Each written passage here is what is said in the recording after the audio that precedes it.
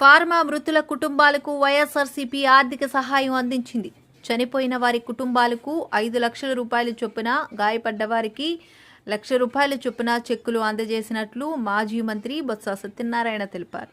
భారీ వర్షాల నేపథ్యంలో సహాయక కార్యక్రమాల్లో పార్టీ శ్రేణులు పాల్గొనాలని వైఎస్ జగన్ ఆదేశించారన్నారు.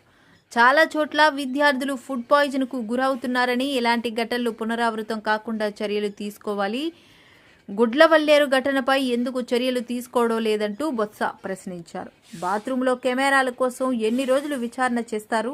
కెమెరాలు బాత్రూంలో లేకపోతే విద్యార్థులు ఎందుకు ధర్నాలు చేస్తున్నారు? వీడియోలు ఎందుకు బయటకు వచ్చాయి? చంద్రబాబు, లోకేష్ అక్కడ ఏమీ జరగలేదని చెప్పగలరా అని ప్రశ్నించారు.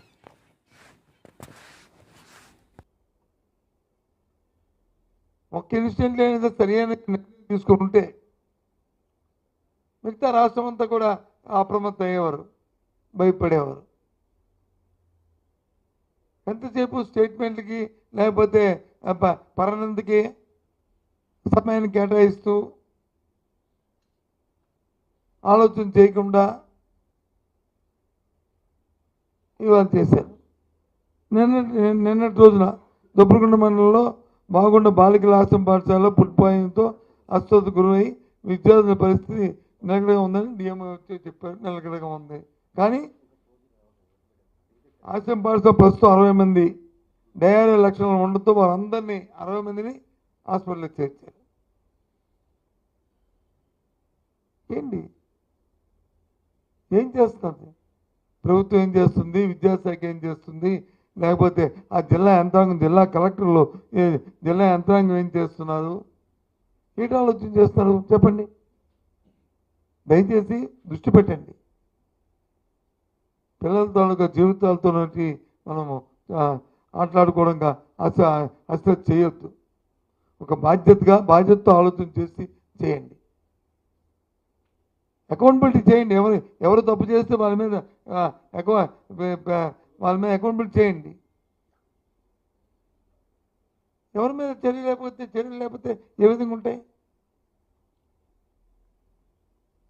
ఇన్సిడెంట్ జరిగిన వెంటనే ఒక రివ్యూ జరిగి దానికి ఎవరికొకరికి బాధ్యత తప్పు చెప్పి వాళ్ళని పర్యవేక్షణ చేయమని తిరిగి దాని మీద రిపోర్ట్ తెప్పించుకొని మళ్ళీ ఇంకో ఉదయం జరగకంట రాష్ట్రమంతా కూడా దాన్ని అప్రమత్తం అయి చూసుకోవాల్సిన బాధ్యత ఉంది కదా. ఏ ఆలోచన లేదు. దయచేసి ఇంకో ఇన్సిడెంట్ జరగకంట, ఇలాంటి మళ్ళీ పునరావృతం అవ్వకంట. ఎప్పటికైనా ఈ 10 ఇన్సిడెంట్లు అయిపోయి 2 నెలల్లో, ఇక 11వ రాష్ట్రంలో జరగకంట చర్య తీసుకోవాలని ప్రభుత్వాన్ని డిమాండ్ చేస్తాను. దయచేసి ఇది కాకుండా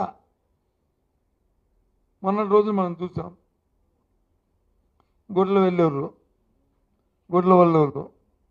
ఇంజనీరింగ్ కాలేజీలో, ప్రైవేట్ ఇంజనీరింగ్ కాలేజీ హాస్టల్లోనూ సీసీ కెమెరాలు ఫిక్స్ చేశారంటే ఆడపిల్లల హాస్టల్లో బాత్రూంలో. ఇప్పుడు 3 రోజులు అయింది. ఏమైనా ఎవరి మీద చర్య తీసుకున్నారా? బాధ్యతల నాయకులు ప్రభుత్వం వచ్చి దాని పని అవుతే వాస్తవమైతే వాస్తవం, కాదంటే కాదు. పిల్లలు చెప్తున్నారు 300 మంది ఆ వీడియోలు వచ్చి బయటకు వచ్చాయండి, మా తాలూకా జీవితాలు నాశనం అవుతాయండి అని చెప్పి ఆ పిల్లలు వాళ్ళకి ఏమవ్వాలి? ముక్కుపచ్చలని పిల్లలు, ఆ కుటుంబాలు ఎంత క్షోభ అనుభవిస్తుంది, ఆ పిల్లలు ఎంతవరకు అనుభవిస్తారు? ఏమైనా ఆలోచన చేశారా? ఎంతసేపు ముఖ్యమంత్రి మరి ఆదేశించారు, మేము వచ్చి దాని మీద వచ్చి ఇది చేస్తున్నాము, ఎంక్వైరీ చేస్తున్నాము. ఎన్ని రోజులు ఎంక్వైరీ చేస్తారు? మా బాత్రూంలో కెమెరా ఉన్నాయా లేవని చెప్పడానికి ఎంక్వైరీకి ఏంటి? ఓ బాధితుల అధికారులు 2-3 వెళ్ళి ఇది ఎంతో ఈ చెన్నై, దీనివల్ల ఆయన హెల్త్ ఏమవుద్ది? ఇంకా మిగతా వాళ్ళందరూ కూడా దాని మీద స్టడీ అవుతారు.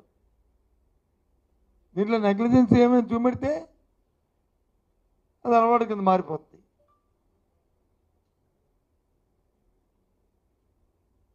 దయచేసి ఆలోచన చేయాలి ప్రభుత్వాలు. పిల్లలతో ఎక్కడ చూసినా సరే విద్యార్థుల మీద ఏంటి ఇదంతా?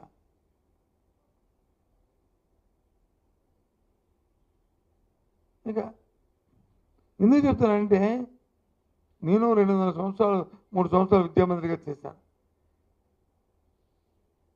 ఏదో గొప్పగా చెప్పుకోవడానికి మీ ముందుకు రాలే. ఇన్సిడెంట్లు అనేవి ఎక్కడో ఇప్పుడు ఒకటో అరవో జరిగిన నేపథ్యాలు వస్తుంటాయి. వచ్చిన వెంటనే సంబంధిత మంత్రో లేకపోతే సంబంధిత అధికారో జిల్లా అధికారో లేకపోతే రాష్ట్ర అధికారో దాని మీద స్పందించి దాని మీద సీరియస్గా దాని మీద ఆలోచన చేసి దాన్ని కట్టుదిట్టం చేసి మళ్ళీ ఇలాంటివి జరగకుండా ఉండడానికి ఏ నిర్ణయాలు తీసుకు ఒక SOP రిలీజ్ చేసి దానికి మళ్ళీ పర్యవేక్షణ పెట్టి చేస్తే ఇవేం రావే. అది ఎక్కడ జరుగుతున్నాయో చెప్పండి. ఇప్పుడు ఎక్కడైనా సరే ఈ 10 ఇన్సిడెంట్ జరిగే మిడ్ డే మీల్స్ మీద ఒక వీడియో కాన్ఫరెన్స్ తీసుకొని రాష్ట్రం అంతా ఇవి జరగడానికి వీల్లేదని అందరికీ ఇచ్చి ఒక్కొక్కరిని దాని పర్యవేక్షణ పెడితే ఎందుకు జరుగుతాయి? మరి గత ప్రభుత్వ అలసత్వాలను తోసేయడానికి అవ్వదు. ఎందుకంటే గత ప్రభుత్వాల్లో మరి ఇన్ని ఇన్సిడెంట్ జరిగే వరుస పెట్టి ఇన్ని ఇన్సిడెంట్లు ఎప్పుడు జరిగేది చెప్పనండి. ఒకే నెలలోనూ ఒకే 2 నెలల్లో 3 నెలలు జరిగింది చెప్పండి. ఆ నేపథ్యాలు ప్రభుత్వాలు కాదు, ఇక్కడ అక్కడున్న అలసత్వాలను వచ్చి మనం అశ్రద్ధ చేస్తే వచ్చే ప్రమాదాలు ఇవి. దాని దగ్గర రాజకీయాలు చూపించడానికి అవకాశం లేదు. ఆలోచించండి. ఎందుకు చెప్తున్నాను రాజకీయాలు అంటే, నేను 2-3 రోజులు ఇక్కడ వచ్చి విద్యాశాఖ మంత్రి మన జిల్లాలో పర్యటించారు. చాలా సంతోషం. ఏ కారణం మీద వచ్చినా పర్యటించారు. కారణాలు పక్కన పెడితే నిన్న భీముడిపట్నంలో కస్తూరిబా పాఠశాలకు వెళ్ళారు. అక్కడ చూశారు. ఇదిగో ఆంధ్రజ్యోతి పేపర్లో వేసిన ఒక మంచి ఫోటో, విద్యార్థులతో ఆయన కూర్చొని సంభాషిస్తున్న ఫోటో. ఎంత అందంగా ఉంది చూడండి. పిల్లలు ఎంత దగ్గర ఉన్నారో చూడండి. ఆ క్లాస్ రూమ్లో వచ్చి డిజిటల్ క్లాస్ రూమ్ చేస్తాము, ఎంత అన్నింటి ఇంటరాక్టివ్ ప్యానల్స్ పెట్టాము. అంతతో ఏ విధంగా ఆయన ఇంటరాక్ట్ అయ్యాడు, ఇంకో స్కూల్లో ఉన్న విద్యార్థులని ఏ విధంగా అయ్యారో మీ